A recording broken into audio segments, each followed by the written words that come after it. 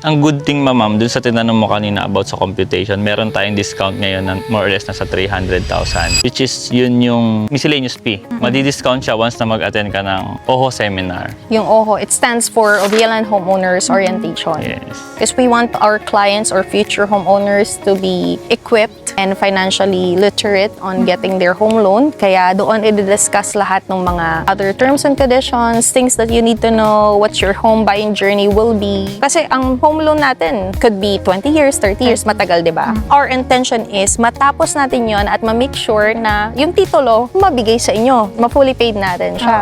They will be discussing mga other tips on how you can really maximize the home loan. Kasi ang goal natin, makuha mo yung titulo. Yes. At the same Okay. time, kaya rin nagkaroon ng ganun, ma'am. Para katulad niyo po, 28 years old pa lang, meron na kayong agad na idea. Kumbaga, sobrang dami nung matututunan doon kasi nga syempre sa age niyo po, talagang bata pa in terms of ganitong mga investment. This is your first investment, right, ma'am? Yun po yung intention nila, matutunan mo na lahat ng process. Yung mga feedback ng mga client namin na nakarating doon, sabi nila, buti na lang meron kayong ganito kasi ako, ang dami ko nang pinagtanungan pero iba pa rin yung info na galing mismo kay bank. And kay developer. Si Ovialan talaga yung gumawa nung ganong Ovialan Homeowners Setup. Orientation setup to make sure that client really aware of everything that they're gonna go through. Knowledgeable naman. Yes.